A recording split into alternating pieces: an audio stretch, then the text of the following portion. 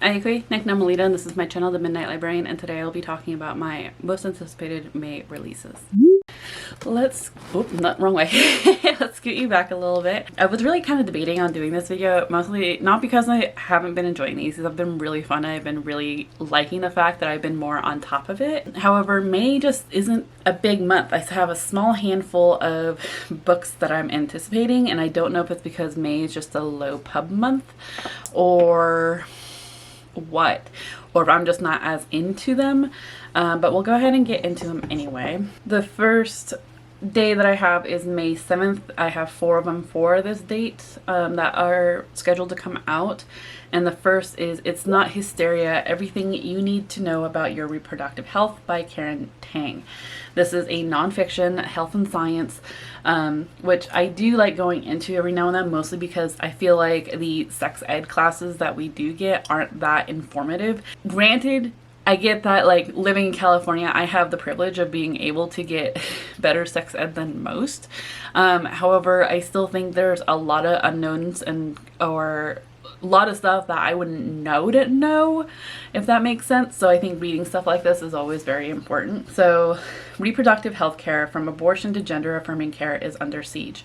The onus continues to fall on patients to find and advocate for the care they need. Dr. Karen Tang is on a mission to transform how women engage in their bodies and their health care. Did you know that 1 in 3 women experience menstrual abnormalities, or pelvic issues, yet these conditions are overwhelmingly misunderstood, misdiagnosed, or dismissed. The root causes for these issues, such as polycystic ovary syndrome, endometriosis, fibroids, ovarian cysts, premenstrual dysphoric disorder, and pelvic floor muscle dysfunction, don't receive the stream of funding for research and new treatments that other conditions do, despite the potential to affect up to half the population. So a lot of what was talked about here I do already kind of know, but that's mostly because of the horror stories of healthcare that's been trending on TikTok, or in my case Instagram Reels, where women are telling their stories and how they've been going to the ER because of pelvic pain, only for doctors to dismiss them saying it's an ovarian cyst, when they're pleading with the doctor going, no, you don't understand, that doesn't make sense, I've had a hysterectomy, or can you take a look again, only to find out it's cancerous, or it's something else entirely, or it's endometriosis. So that's always frightening. Personally, as someone that lives in California I know I have decent health coverage, but the fear of how much to look at something is going to cost makes me wary, not to mention as being an Indigenous person and going through United Indian Health, it can take up to 6 months to even get an appointment with a doctor that I've never seen before, because there's such a high turnover rate in this area alone. I don't know if it's throughout all of the United Indian Health cares, but I don't think I've ever had a primary doctor for over 2 years. So that's always just really kind of discouraging in terms of having to describe my fears and anxieties and my medical history from someone that has a full file of my medical history. But then when it comes to my fears of oh, my brother was diagnosed with testicular cancer, can you just look at this bump, and only for them to tell me you have high blood pressure, please exercise more and eat healthier. And it's just that's not what I came in here for. I'm sure others have had similar things happen, so it's almost up to us to learn about our own health and how to navigate the healthcare system and doctors to be able to best treat ourselves, or have them treat us. So yeah, we got this off real strong. The next is Miss Morgan's Book Brigade by Janet Skeslin Charles. This one, okay, the cover makes me wary, mostly because it looks first this, but also because not that I mind it, but it reminds me of a old school middle grade book, I can already see that this cover looks like it's going to be worn as soon as I get it. Not to say that's a bad thing, it just looks like dated.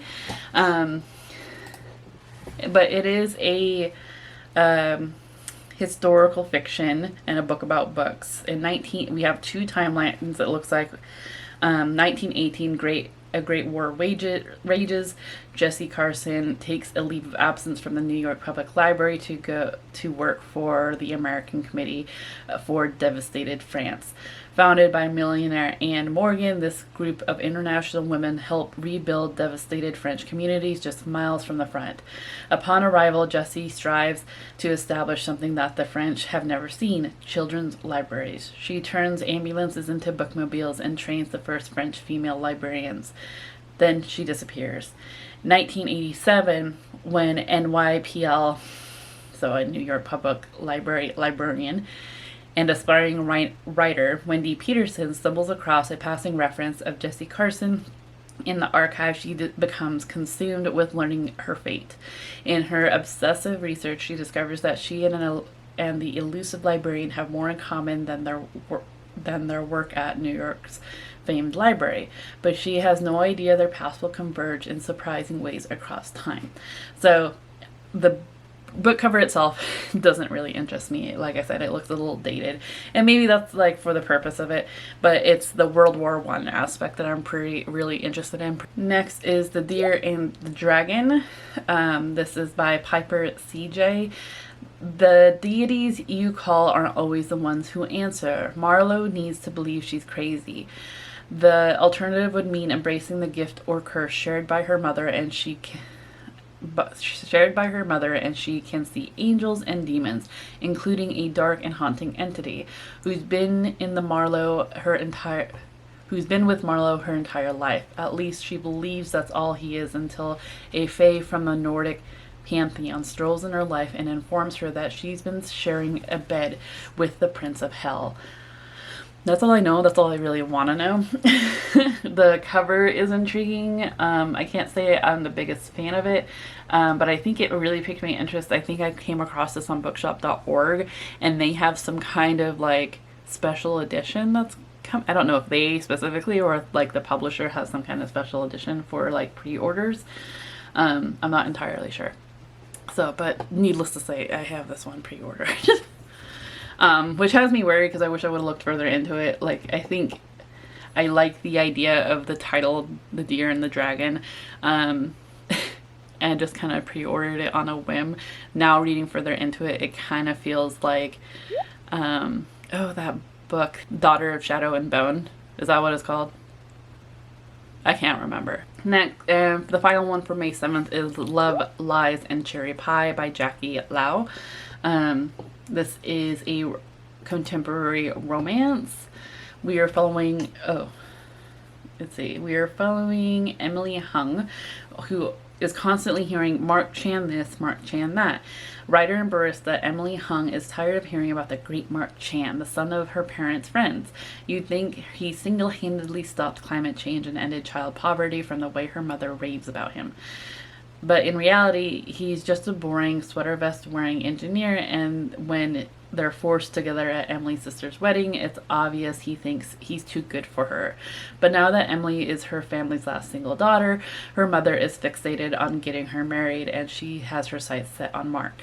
There's only one solution: clearly convince Mark to be in a fake relationship with her long enough to put an end to her mom's meddling.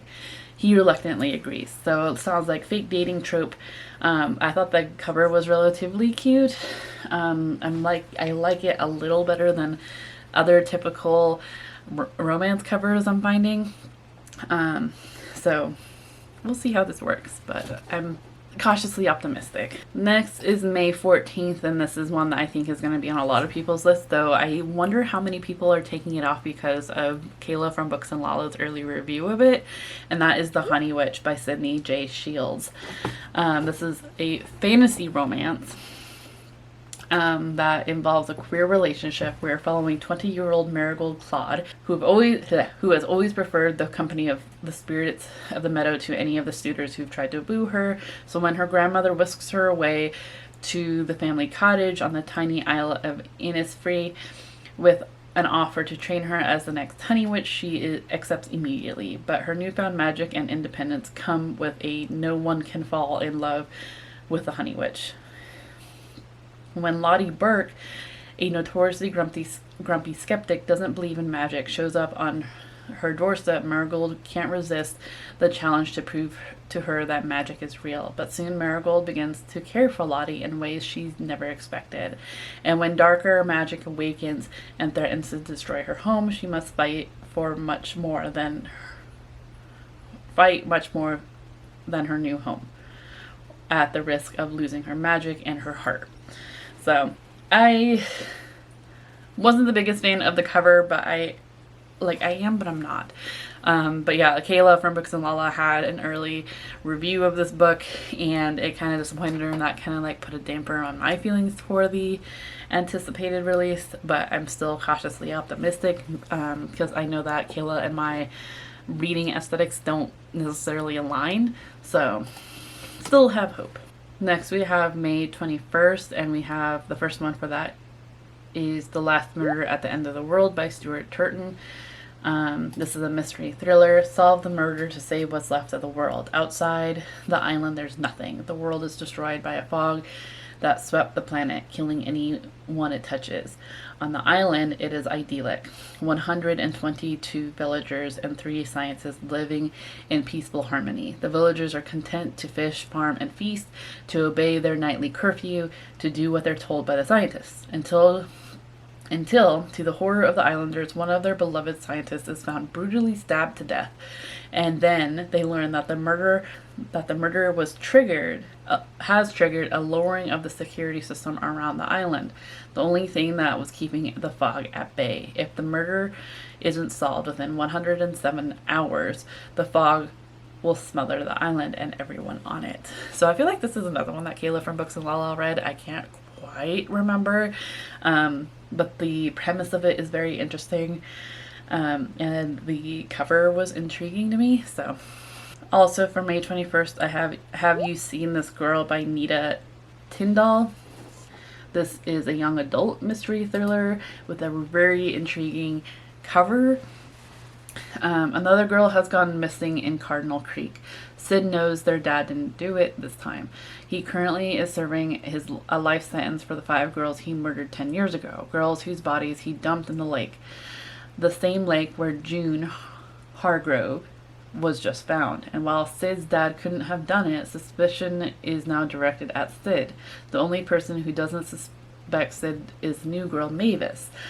As long as Sid doesn't let her find out about their past. That's all I know. That's all I really want to know. There is another paragraph for the synopsis, but I feel like with these, they either do a decentish job in telling you the synopsis or spoil the book completely. So that's all I'm going to read for this one. I think the cover is really entertaining, but my fear is with this one is that it sounds like another book that I was kind of disappointed in. So again, cautiously optimistic. And then my final book for this video is You Deserve Good Gelato by Casey Rose. This is a nonfiction.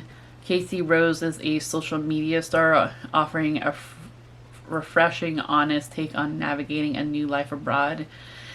In You Deserve Good Gelato, covering everything from travel fails to homesickness to joy of culture shocks and the power of doing the shit that scares you, because life is too short not to. Casey decides to leave her life as a pro dancer in New York City and move to Italy in 2021, and she never looked back. Okay, that isn't strictly true. In You Deserve Good Gelato, Casey reflects on the pure terror of driving on Italian roads, the trials of speaking a new language and getting it horribly, horribly wrong, and the genuine beauty of a slower paced life, all with humor and heart. So I think I remember running into this one first. I don't remember how I ran into it, but ultimately it sounded really fun, and I was really interested, particularly in travel and food nonfictions. So found this one. It sounded really fun, but yeah, and I thought it was a really kind of cute and like whimsy cover. It feels like perfect for the start of summer, really. So yeah, those are all my May anticipated releases. If there's one that I missed that you think I would be interested, feel free to leave it in the comments down below. Otherwise, let's go ahead and put, yes there is.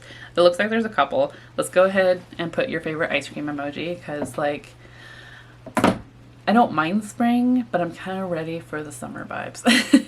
So yeah, otherwise I hope that you're in the mental mindset to enjoy your reading, and I hope to see you in another video very soon. Chew!